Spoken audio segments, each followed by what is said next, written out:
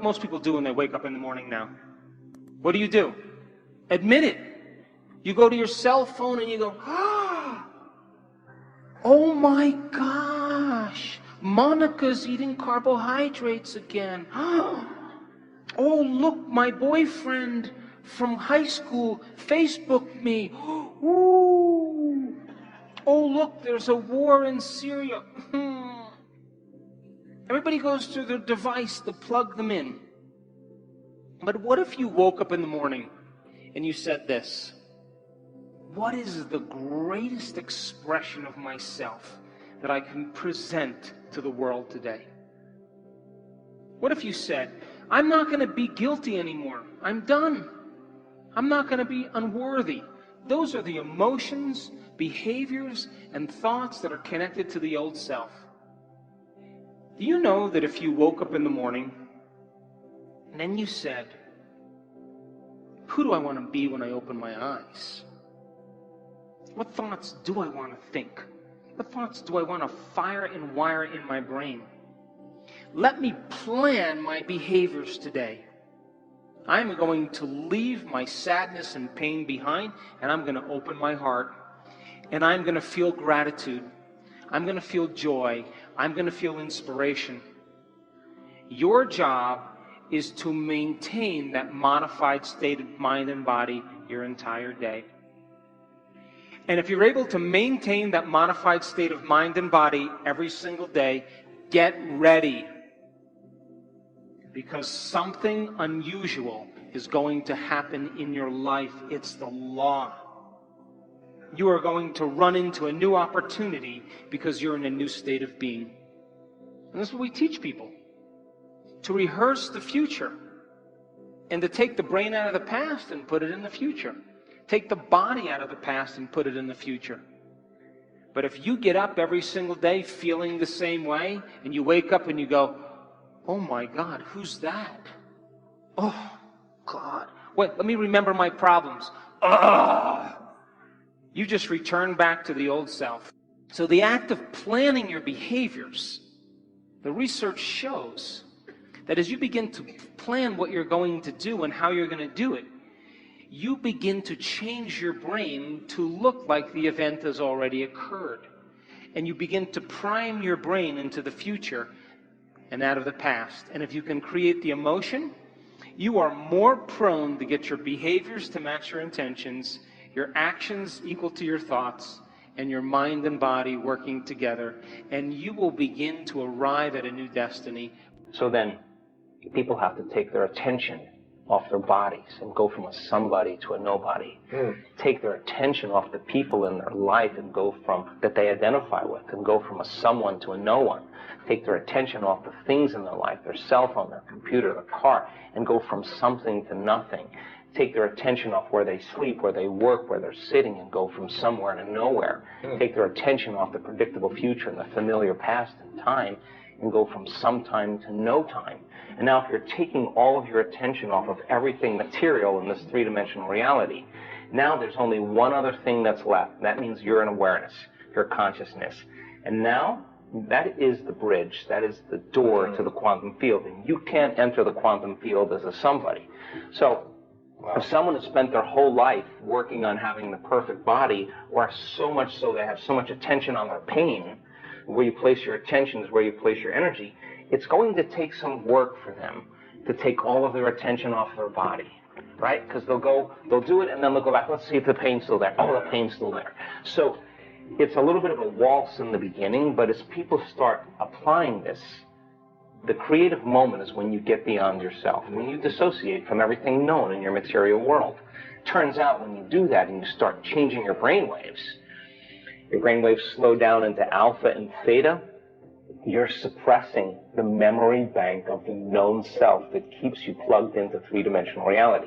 When you quiet down this mechanism, now all of a sudden you start connecting to that field. And when you can stay conscious in those subconscious realms, when you can literally regulate and change brainwaves, now you're in the operating system where you can make those significant changes. So we now know that when people apply the formula, and they do that properly, Now they're walking through that door where they're ready to create from. In other words, you can't create from the known. You can't create with your body. That's matter trying to change matter. And you can do it. It's just going to take a long time. Right. But when you create from the field instead of from matter, there's a whole different set of dynamics that takes place. And why not push that envelope to see, okay, if we've done this, is it possible to do this? As an example, we do these wonderful healing circles where you see these dramatic, instantaneous changes. So the person who's healed themselves of some health condition, when it comes time to heal somebody else, they're going to say, well, now I understand the science, I understand how this all works, I know how to get beyond myself, I know how to open my heart. They start piecing it all together. Let's take the formula to the next level. Now they witness a significant change in a person's body in real time, right there. Now, if there's a vibrational match, and it flows, and it's fun, and you connect on physically, mentally, mind, body, soul, that's cool. I think that's healthy. But a mission-driven person can't be in a relationship where you have to keep going back and trying to fix something. I just won't do that. I just think that when it's right, it's right, and I'll know. So I do think that relationships can be easy, and I think that they should be, and I think that if you're heart-centered, that's a different place you meet than other emotions. And again, every time I have a mystical moment and I feel that transcendental love that I don't even know the word for, every time I have one of those moments, I think I got this all wrong. It's just that it is not chemical, it's electric. Well, the way we view the world, the way we don't see things how they are, we see things how we are, and every inner experience that's transcendental, experience enriches circuitry in your brain. Experience produces emotion or energy in the body. So you start having transcendental moments where you start connecting to that field. Its signature is love. But not love like a love for your puppy. This is like an arousal.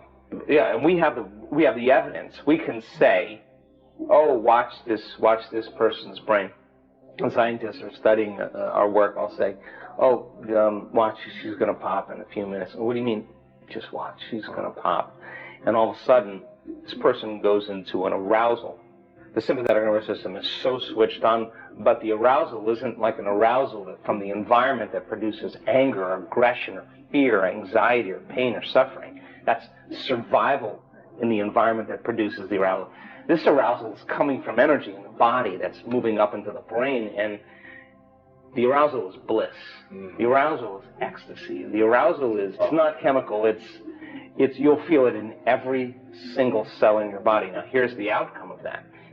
The outcome of that is that when you open your eyes and some conditioning, some layer has been removed, your spectrum of the way the world looks broadens now, because now you're wired to perceive what's always existed, but you didn't have the circuits in place to perceive them. So then it's the inner experience that literally transforms our experience of the outer world. And so when you start having moments where you hit that kind of frequency, or you have those moments of love, you're less dependent on anyone to bring you happiness.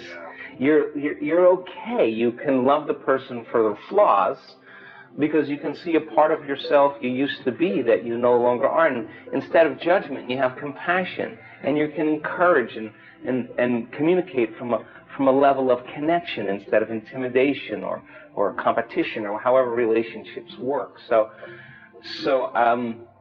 I do think that it's energy and vibration, and I think that in our community, at least, people who have relationships that are built from our community tend to be more long-lasting, because they're more self-aware. And so there's no blame, there's no excuses, there's no make wrong, there's no competition, there's none of that. There's just, this is who I am, and I think that the ultimate goal is when you reach the point in your life when how you appear to the world is who you really are.